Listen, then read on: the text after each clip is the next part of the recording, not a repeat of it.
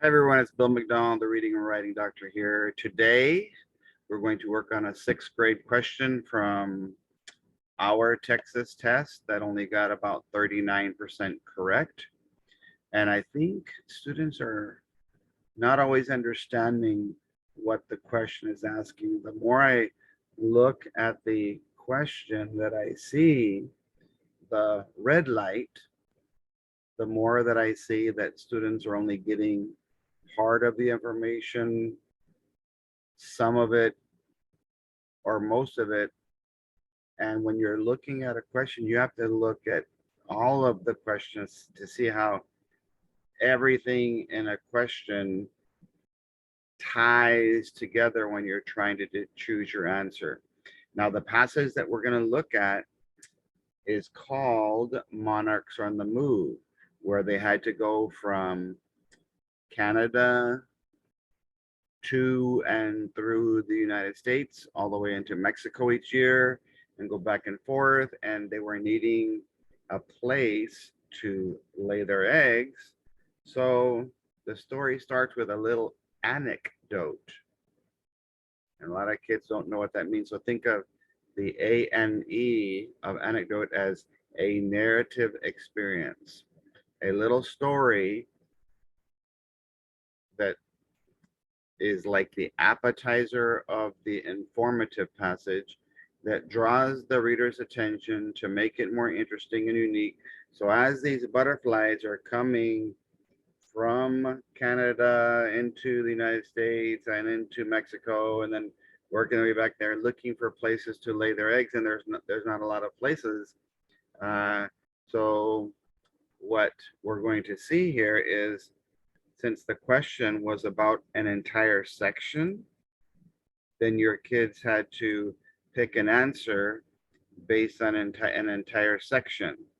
So question number 6 was asking about paragraphs 1, 2, 3, and 4. So the answer that you pick has to be relative to what the question is asking. So here's our red light. What is the informational passage in paragraphs 1 through 4 in all inclusive? Help the reader to understand. If I'm understanding something, it's getting into my brain. So as you notice here, I kind of looked at the answers and I could tell that based on quantity of information, since that's an entire section, I need to read 4 paragraphs to give the best answer based on my understanding of the content from all 4 paragraphs. So let's go to the Readvising graphic organizer, and I wrote the acronym TIES, one for each fingernail, and I also wrote paragraphs 1, 2, 3, and 4. And since paragraphs 1 and 2 start with an anecdote, a narrative experience, everything ties together for a reason. So let's go ahead and see. There's the acronym TIES in the middle of my hand. The question was asking about a section of the passage. They were asking for 4 paragraphs. When you read the 4 paragraphs, the idea is to see how that section ties together. So, well, if you write down some key words, what is it that ties them together? Carter wanted donations for ways to way stations for butterflies, not a weigh as in how much you weigh, but a way station meaning how a way for them to stop and be able to lay their eggs somewhere along the way, because they didn't feel like, or he didn't feel like there was a way for them to do this. So instead of getting birthday presents, he asked for donations for this cause. What did he do with the money? He cleared an area in his backyard, started planting milkweed, which happens to be the monarch's main source of food. So if I put chocolate in my backyard, I'm going to be spending a lot of time in my backyard because that's my favorite food. And so all you got to do is draw them, lure them with the thing they like. So the anecdote is finished. So you're going to have to infer here with a little star. I have a box over here. Apparently, there must be no places to lay the eggs or not enough places. So if I infer, if I go between that second and third, I'm going to say, oh, let's infer, let's read between the lines based on what we've seen so far, that apparently there's an issue here. There's not enough places for the butterflies to lay their eggs. Every fall, millions of butterflies travel the long distance from Canada and Mexico and the US to get into Mexico and they have to stop. Like, we can't go, what is it? Let me just double check how far they said. It's about 3,000 miles or 4,800 kilometers if you're a person who likes to talk it using the metric system. So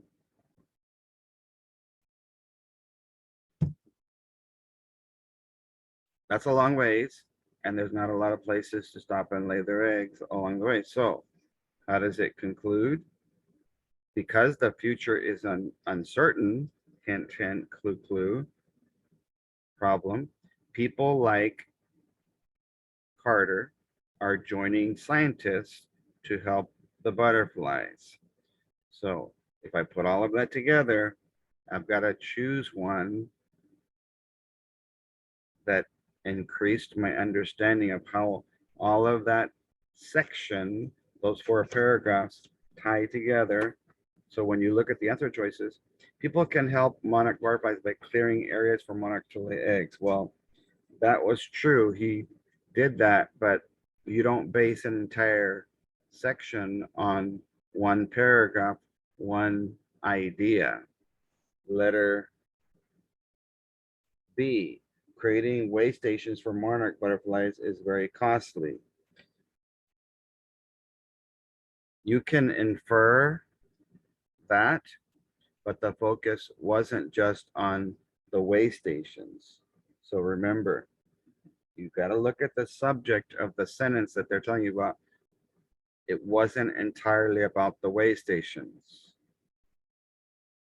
It was only a couple of paragraphs about the little boy who was creating the way stations, and it had to tie in with the problem. Okay, well, let's look at C. Monarch butterflies can mainly be found in mountainous areas. Well, they do mention that in paragraph 3, but they weren't focusing on where these butterflies are located. So when I broke down letter D, a problem, they don't have a place to lay their eggs based on the monarch butterflies. That's the who, paragraphs 1 and 2. It's beginning to receive a public attention, not just from the young man Carter in paragraphs 1 and 2, but by other people in paragraphs 3 and 4, as you read there, that people like Carter, other people, are joining in to help the scientists help the butterflies. So the best answer is the one that ties most of these paragraphs together, most of this section that they asked us about. So a little inferring has to be done. Why is this a problem?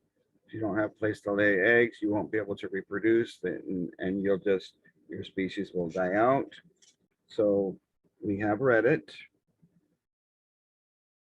underlined, labeled in both places. We're now going to eliminate 3 answers,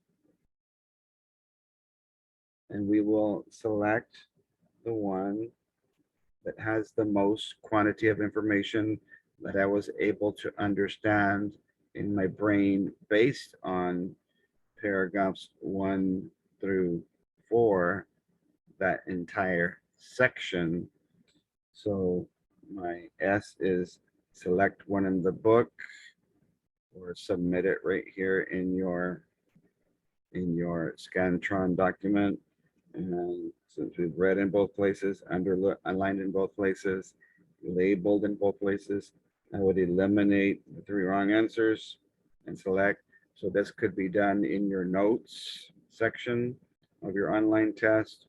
It could be done on paper so that when you're practicing, you can actually have the kids turn it in so you can attach it to the back of your test document so that they will write number 6 and whatever strategies they did for number 6 if your test is online.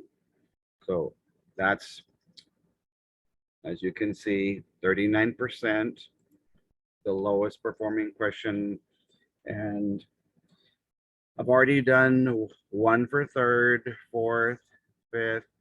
This one's for 6th. My next one will be to help out 7th grade. And I'm working on the 10th grade. So the only one I can't help with right now is the 8th and the 9th. So if you have connections with a parent and that parent needs some assistance helping their child do better, understand, to fill in the gaps before he or she moves on to the next grade, tell that parent just to bless them.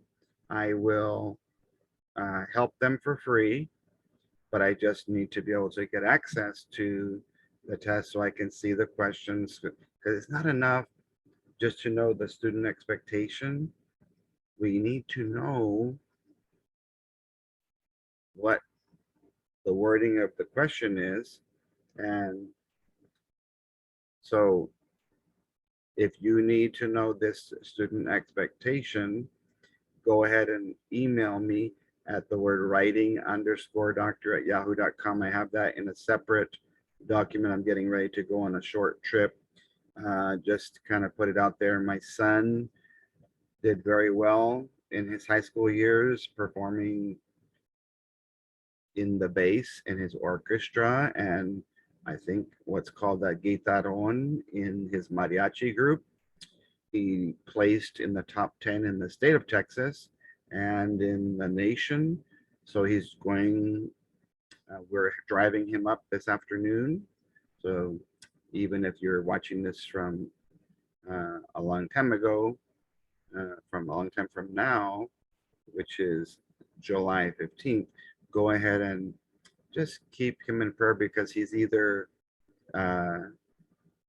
driving with us, depending when you watch this, to San Antonio. He's either on his way over in a plane to New York. He's either in New York preparing at the fancy auditorium, the Carnegie Hall, or he's over in Europe performing in 4 different countries. So a lot of things to think about. My son is traveling and he might not need the milkweed, but he might need the Milky Way if he's got a weakness of chocolate like his dad. So just keep him and our family in your prayers. Thank you so much for watching the video. Share it with your reading teacher friends whose students struggle with reading the entire section that a question is asking about, because they don't want the dum-dums, just little details of the section. They want the entire section. So the smarties are going to look for all 4 paragraphs, the entire section that was being asked about. So tune in next time when we'll do 7th grade, and hopefully by the time that uh, I get back from the trip, I'll be ready to post one for 10th grade, and with a little help from some parents who have 8th or 9th grade children, I can help them with theirs. I just need to be able to get to the test so that I can help you for free, no charge, just to bless you, because God has blessed me so much. You guys take care and have an awesome weekend. If it's Friday or Saturday, like it is for me.